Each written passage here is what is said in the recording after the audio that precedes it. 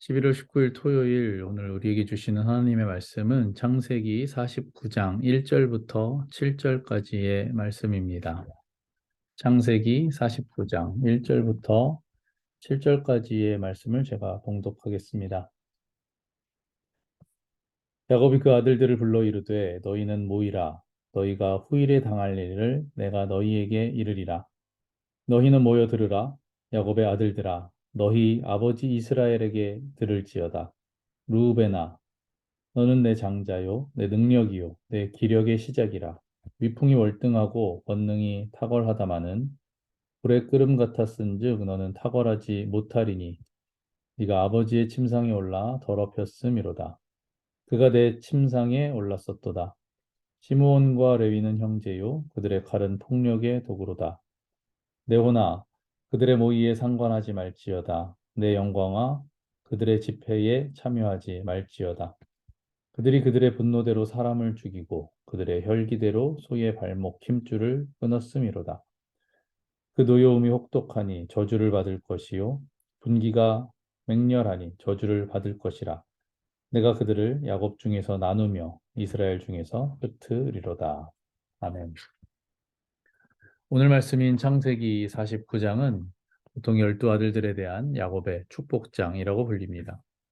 오늘 르우벤, 시므온, 레위를 시작으로 해서 토요일, 일요일, 월요일 이렇게 3일에 걸쳐서 야곱의 12아들들에 대한 축복과 징계의 유언이 이어지게 됩니다.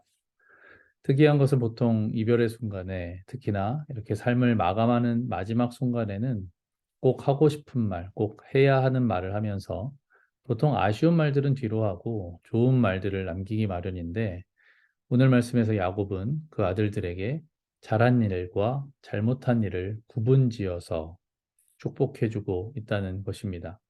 그리고 이 축복, 야곱의 유언은 야곱이 아들들의 지난 일을 평가하는 데서 그치지 않고 앞으로 있을 일들을 예언자와 같은 자세로 전하고 있는데 1절의 말씀 보시면 너희는 모이라 너희가 후일에 당할 일을 내가 너희에게 이르리라. 이렇게 야곱의 이 유언은 축복을 넘어서 훗날을 예언하는 예언의 의미를 담고 있습니다. 실제로 훗날 이스라엘 지파들이 야곱의 유언대로 이루어지게 됐지요. 그리고 계속되는 2절에서는 야곱을 나타내는 말을 야곱이라는 말과 이스라엘이라는 말을 동시에 사용하고 있는데요. 이 중에서 이스라엘이라는 말을 사용할 때는 너희 아버지 이스라엘이라면서 3인칭으로 표현함으로써 이 유언이 자신의 사적인 말이 아닌 공적인 의미를 담고 있다는 것을 다시 한번 느끼게 해줍니다.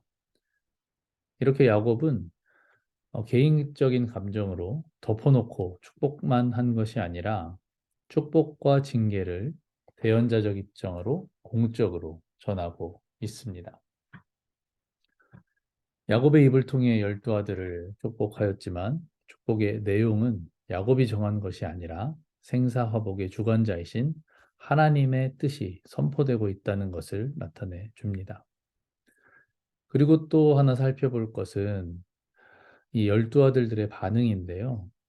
이 12아들들도 하나님이 자신의 아버지 야곱의 입술을 통해서 축복과 징계에 대해 말씀하시고 그 말씀이 성취된다는 것을 믿고 있습니다. 오늘 르우벤, 시므온, 레위의 반응을 보면 알 수 있는데 르우벤, 시므온, 레위에게는 축복이라기보다는 저주에 가까운 징계의 유언을 했는데도 이 세 아들은 그 유언을 묵묵히 받아들이고 있습니다. 에서가 야곱에게 장자의 축복을 빼앗기고 자신이 받을 축복이 없다는 것을 깨닫게 됐을 때 그것을 받아들이지 못하고 야곱을 죽이겠다고 뛰쳐나갔던 것과는 대조가 되는 모습입니다. 이 세 아들의 반응은 축복을 좋아하고 징계의 말씀은 듣기 싫어하는 우리에게 또한 메시지를 전해줍니다. 우리는 야곱의 유언 안에는 축복과 징계의 말씀이 모두 담겨 있음에도 그것을 믿고 받아들이는 아들들의 모습을 통해 우리도 축복과 징계 모두 하나님께서 주시는 말씀임을 믿고 받아들여야 한다는 것입니다. 그러므로 사랑하는 성도 여러분, 여러분께 권면합니다. 축복의 말씀뿐만이 아니라 징계의 말씀도 축복의 말씀과 동일하게 모두 사모할 수 있는 저와 여러분이 되시기를 예수님의 이름으로 축원합니다. 계속해서 3절의 말씀을 보시면 야곱이 이렇게 축복하는데요. 르우벤은 장자였고 능력도 탁월했다라고 기록을 하게 됩니다. 3절의 말씀을 제가 읽어드리겠습니다. 3절 르우벤아 너는 내 장자요 내 능력이요 내 기력의 시작이라 위풍이 월등하고 권능이 탁월하다. 이 말씀을 보시면서 야곱이 르우벤에게 얼마나 기대를 했었는지 그리고 얼마나 사랑했었는지 그 사랑이 느껴지십니까? 하지만 그 다음 4절을 계속해서 보면 4절 말씀 너는 물의 끓음 같았다. 너는 그래서 탁월하지 못할 것이다. 그 이유는 아버지의 침상에 올라 그것을 더럽혔기 때문이다. 라고 계속해서 기록하고 있습니다. 르우벤이 서모였던 비라를 범함으로 죄를 범했기 때문이죠. 우리는 이 말씀을 통해서 자격이나 능력, 기력, 위풍당당하고 권능이 있는 것, 그런 것 때문에 사랑받고 쓰임받는 것이 아니라는 것을 깨달아야 합니다. 아무리 좋은 것이 있다 하더라도 이 모든 것이 죄의 권세 아래에 있으면 모든 힘을 잃고 마는 것입니다. 그러므로 사랑하는 성도 여러분, 우리는 우리의 자격이나 능력, 기력, 권능이나 부를 자랑하지 맙시다. 그것보다 우선해야 할 것은 죄를 미워하고 죄의 자리에서 철저하게 돌이키는 것입니다. 죄의 권세에 힘을 잃는 것이 아니라 죽음까지도 힘을 잃게 만드는 예수님의 권세로 죄의 권세를 이겨내고 승리하는 저와 여러분이 되시기를 예수님의 이름으로 축복합니다. 5절의 말씀에는 시므온과 레위에게 그들의 칼은 폭력의 도구다 라고 말하고 있는데요. 여동생 다말이 강간을 당하게 되자 그것에 분노하여 레위와 시므온이 한 일들이 있었죠. 6절의 말씀, 그들이 그들의 분노대로 사람을 죽이고 그들의 혈기대로 소의 발목 힘줄을 끊었음이로다. 여동생이 강간을 당한 사건에 분노하지 않을 사람이 어디 있겠냐마는 그럼에도 불구하고 그 분노가 속임과 살인, 폭력을 정당화할 수는 없는 것입니다. 그렇기 때문에 야곱은 시므온과 레위가 자신이 낳은 마땅히 사랑해야 할 자식임에도 불구하고 잔인할 정도로 단호하게 그들과 결별을 선언하는 것을 보게 됩니다. 우리는 악에 대해 침묵하거나 악에 대해 침묵하거나 용납해서는 안 됩니다. 그것은 어렵겠지만 우리의 가족이 그렇게 했을 때도 그리고 우리가 속한 공동체에서 그런 일이 일어나더라도 죄가 머무르고 자라지 않도록 단호한 대처를 해야 하는 것입니다. 그럼 우리는 어떻게 대처를 해야 할까요? 오늘 야곱의 모습을 통해 지혜로운 대처법을 배우게 되는데요.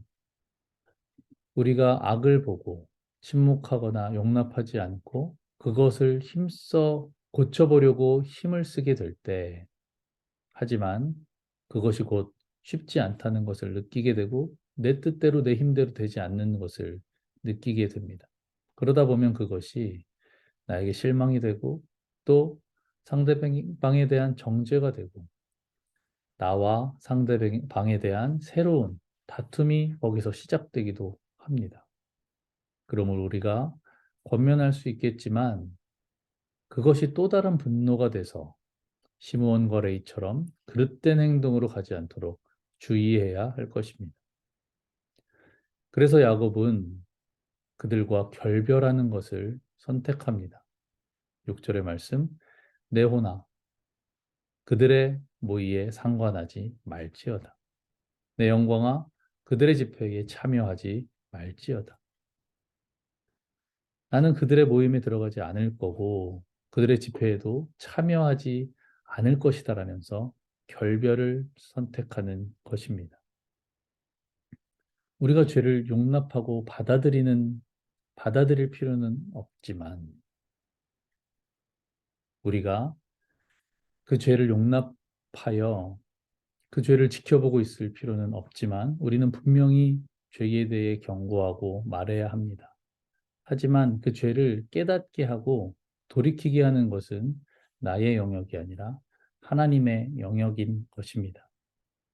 그렇기 때문에 야곱은 그들과의 결별을 선택하고 있습니다. 이렇게 오늘 말씀에서는 루벤, 시므온, 레위에 대한 유언이 끝나고 내일부터는 유다부터 시작해서 12아들을 축복하게 되는데요.